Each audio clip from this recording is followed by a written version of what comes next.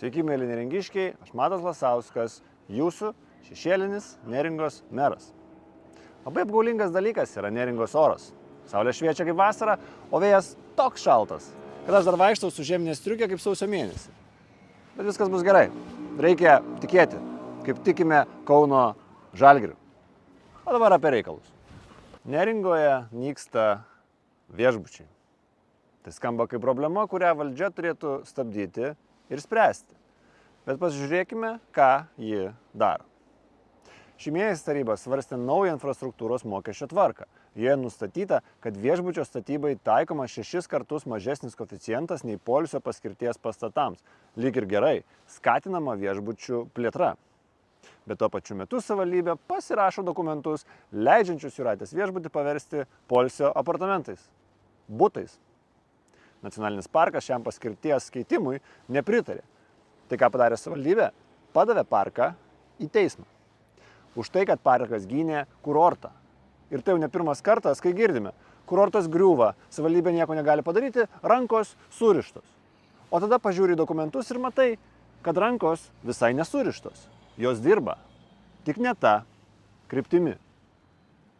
Tikras savivaldybės darbas - galvoti, kaip viešbučiai galėtų dirbti visus 12 mėnesių. Kaip pritraukti svečius ne sezono metu. Kaip kurti priežastis čia atvažiuoti žiemą. Tai sunku. Tai reikalauja vizijos, strategijos ir darbo. Daug paprasčiau pasakyti, nieko nepadarysi ir pasirašyti dokumentą, paverčianti dar vieną viešbutį butais. Kurortas nemiršta savaime. Jį numarina būtent tokie sprendimai. Dar nevėlu pasukti kitą kryptimį. Bet kiekvienas toks pasirašytas dokumentas tą laiką trumpina. Kuverto gatvė Nidoje. Greičiausiai jūs ją pažįstate. Ta, kurioje lopas dengia lopą, ant lopo, per lopą, o visi dviračiai važiuoja pėsčiųjų taku. Gera žinia, savivaldybė pagaliau perima šią gatvę iš kelių direkcijos savo nuosavybėn. Tai reiškia, galėsime ją tvarkyti patys. Svarbu padaryti tai teisingai. Šaligatviai Kuverto gatvėje yra geros būklės, jų liesti nereikia. Tvarkyti reikia tik važiuojamąją dalį ir būtent tai dabar linkstama daryti. Tai protinga. Nenorėčiau, kad būtų pakartotos Taikos gatvės klaidos, kai visa gatvė buvo graunama iš pamatų, kertami medžiai ir dulkėse gyvename kelerius metus. Klausimas, kuris dar nėra atsakytas, ar šią gatvę padaryti tikra dviračių gatve. Raudonas asfaltas, trinkelės per vidurį, pirmenybė dviratininkams. Projekto kaina dėl to iš esmės nesikeistų, bet klausimas būtų išspręstas iš esmės ir dviračių eismui tai tikrai būtų saugiau. Pinigai Kuverto gatvės remontų šių metų biudžete nėra numatyti, bet Neringoje biudžetas perskirstomas kas mėnesį, tad tai nėra neįveikiama kliūtis. Šią vasarą tvarkytos gatvės tikrai neturėsime. Bet juk artėja lemtingas momentas, savivaldybė galėtų parodyti, jog geba greitai ir kokybiškai atlikti darbus ir iki rinkimų pradėti, o gal net ir užbaigti Kuverto gatvės remontą. Mums visiems nuo to būtų tik geriau. Dar viena gera žinia.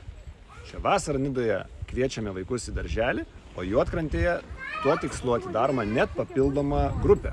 Liberalų ir konservatorių frakcijų bendrų siūlymų kaina sumažinta beveik perpus. Tai turėtų būti aktualu tėveliams, kurie vasaros sezonu atvažiuoja dirbti į Neringą. Arba dar tik svarsto. Žinojimas, kad vaikui yra vieta darželėje, gali būti būtent tas faktorius, kuris padeda apsispręsti. 296 eurai per mėnesį ir vaikas turi vietą, kur kasdien sutiks draugus, bendraus, žais ir mokysis. Tėvai turės galimybę dirbti ramiai, žinodami, kad vaikas yra prižiūrimas ir užimtas. Į šias grupės galite registruotis jau dabar.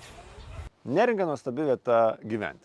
Ir jeigu tu dirbi nuotoliniu būdu, vienas iš klausimų, kuris anksčiau ar vėliau iškyla, kur čia galima dirbti. Namuose ant virtuvinio stalo vaibelis ne tas. Reikalinga tikra darbo aplinka, kur galima susitelkti. Tokias erdves, workspace'us, aš esu pabrėžęs kaip vieną iš infrastruktūrinių prioritetų. Jei norime, kad žmonės gyventų Neringoje, ne tik vasarą, turime turėti vietą tiems, kurie čia nori dirbti. Džiaugiuosi galėdamas pranešti, kad Juodkrantė tai jau turi. Nacionalinio parko lankytojų centras atviras visiems. Nuostabi aplinka, besikeičiantis meno kūriniai ir naujo pastato kvapas. Vienas dalykas, kurio mano nuomonė šiai erdvei trūksta - normalių ofiso kėdžių. Nes skirtumas tarp taburetės ir tikros darbo kėdės bent jau man duoda visai kitą susikaupimo ir patogumo jausmą. Ir čia siūlau paprastą sprendimą.